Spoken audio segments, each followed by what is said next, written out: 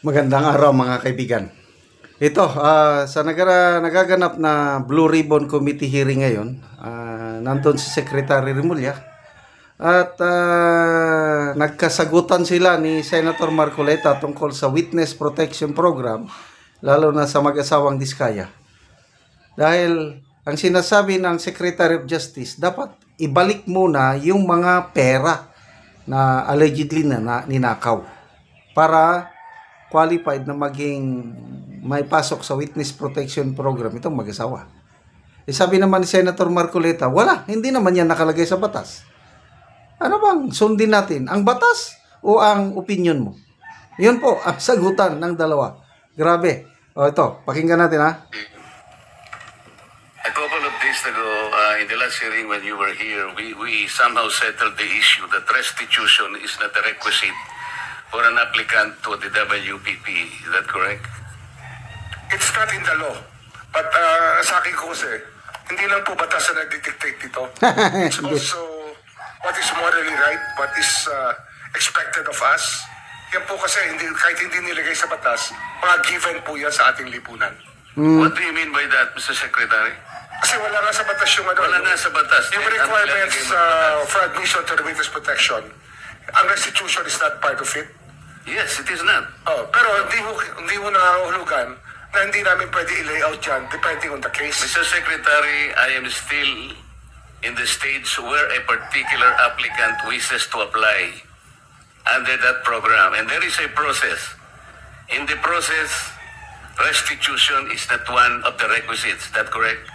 Opo, pero if it's in terms of this case being a financial crime, sir, this is a crime against the financial status of the Filipino people, of the Philippine Republic. I think that it's just right. Mr. Secretary, are you amending the provision of... No, sir. No, sir. But that is how we run the Witness Protection Program. As a lawyer, Mr. Secretary, may I ask you, in a criminal prosecution, the civil liability is impliedly instituted. Is that correct? Of course. Kaya nga eh. Hindi naman nangangahulugan kung sakasakali na natapos na yung criminal prosecution. Kapag ka nakita na mayroong criminal liability yung tao, because it is impliedly implied, doon lang magkakaroon ng restitution. It will come after. Paano mo sasabihin na magre-restitute ang isang tao? Meron na bang findings kung magkano i-restitute on how it can be restituted? Nag-a-apply pa lang eh. Huwag po ninyong babaguhin ang requisite ng batas, Mr. Secretary. Yes! I thought nung dumating ka dito, nagkaintindihan na tayo eh. Kaya nabablar ang proceedings natin eh. Kaya nga kinote ni, siguro, ang chairman kanina gusto kong ituloy ito. Sinabi niya, nagpa-interview siya, na goodwill and sincerity should be done para i-test.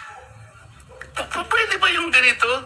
I respect your opinion, sir. But it is not my opinion, it is in the law, Mr. Secretary. Yes, sir. Yes, sir. But I am operating... The arbiter Sir, is can I the speak, law. sir? May I speak, sir? Yes, you I'm are operating from the vantage point of the reason behind the law, sir. What is the reason behind the law? So that we can get justice, and justice can only be attained if there is restitution. So that is the principle behind all of these things that we are talking about now. Mr. Secretary, restitution will come after. It cannot be... Sir, it can come before or after, sir. It can come before or after. You cite the law that it come before. Wala nga po sa batas eh. Huwag po ninyo babaguhin ang batas, Mr. Secretary. We are operating on a unique set of facts, and we are... Iba talaga itong Secretary of Justice natin. The gravity of this financial crime cannot be underestimated. And that the more assets that we're able to preserve at the outset, the better for our country, sir. Mr. Secretary, I'm very sorry for such a reasoning like that. Alam mo, nakikinig... I'm very sorry, sir. Also, sir, I'm very sorry too, if you do not agree with me. But I respect your opinion, sir, and we will carry out our job as we deem fit, as we see. Mr. Chair, I said I am not expressing an opinion here. I am articulating the provision of law. You do not change the provision of law, Mr. Secretary. You may be disbarred from doing this. Tala. Then, it's your opinion, sir. It's your option, sir. Sinabi ko na this nga, one. hindi ko opinion ito. I am Then it's your option, sir. If it is what you wish to happen, that you may proceed. Ikaw ang with what you nagbibigay wish. ng opinion, nilalagay mo yung restitution to test the goodwill of a possible applicant. It is not in the law. Unless you are able to point out the provision of law that it come before. Hindi ganun eh. Sabi mo na nga, and we admitted, impliedly instituted ang civil liability, but this will come eventually after the court has pronounced kung magkano ibabalik niya kung meron man. Not before. Thank you, Mr. Chair. Are you done, Senator Marcoleta? Very strong words. Magpa-press conference siya dyan. Okay. So, style, yan na po ang justice natin. Very clear po sa batas na ang isang applicant sa Witness Protection Program, hindi kasama yung ibabalik mo na kagad yung ninakaw kung may ninakaw. Wala sa requirements yun. Iyon ang gusto ni Secretary, wala sa batas. Yun, si Secretary Boying, bago niya tanggapin ang Diskaya family o couple na ma-under sa Witness Protection Program, ibabalik muna daw yung mga ari-arian. Mas agreeable ako kay Attorney Senator Marcoleta kasi nga dapat i-determine muna ng korte magkano ang dapat ibalik ng mga Diskaya. Pag ang korte na nag-decide yun, sa kanila ibabalik. Meantime, dahil yun nakalagay sa batas, sundin mo yung batas. Ang Secretary of Justice ayaw sundin ang batas. Kagaya din doon kay Tatay Digong natin. Kalagay sa anong tawag ito? ICC rules, dapat ang isang tao na may warrant of arrest ng ICC dadaan muna sa isang competent legal authority na ibig sabihin ang mga korte. Wala, hindi nila ipinadaan sa korte. Si Tatay Digong natin, ang legal competent authority, siya na daw. Dahil dumaan na sa kanya, yun na yun. Palakpakan natin ang ating Secretary of Justice nga soon to be. I don't know kung matuloy magiging ombudsman. God save the Philippines. Salamat mga kaibigan sa inyong pagsubaybay sa ating channel.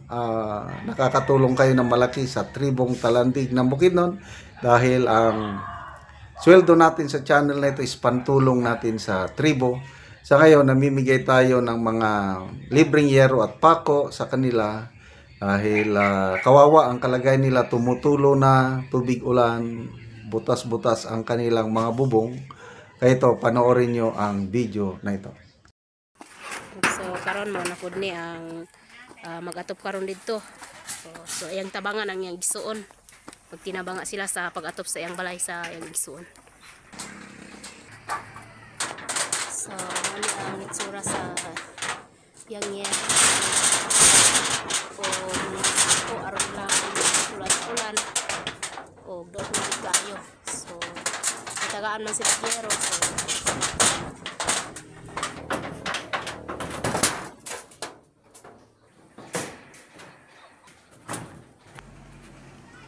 So si Kuya mo ni ang yang balay nga tulo na gid kaayo. So atong karon kung pila na katuig. Pila na katuig Kuya ang imong balay?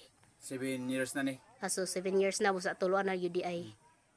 So naanay mga bangag-bangag gyud kay 7 years na og gipang sapahan lang og sako og cellophane. So makita gyud nato nga kuan na gyud buslot kung ulan. So tuluan na gyud siya. So na kay anak Kuya pila ka buki mong anak? Duha ang anak. So duhay mong anak. Sige Kuya. So matagaan man ka gyero so makaatop na gid ka. Makatop na gid ko. Salamat kay sa Ginoo nga og salamat sa Ginoo og sa naginabang ani. Dagan pag matagaan. Sige.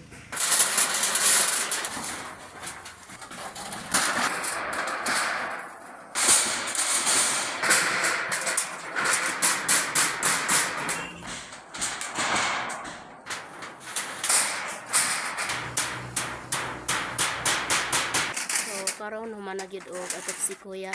So napulihan na gyud ang daot nga yeros. Salamat sa kuan atong labaw nga gaw nga si Gusto. O salamat usab sa nagtan-ano ning video. O sa nagatag ani. Dako kay ko salamat sa inyo no. Okay, sige, salamat po kuya.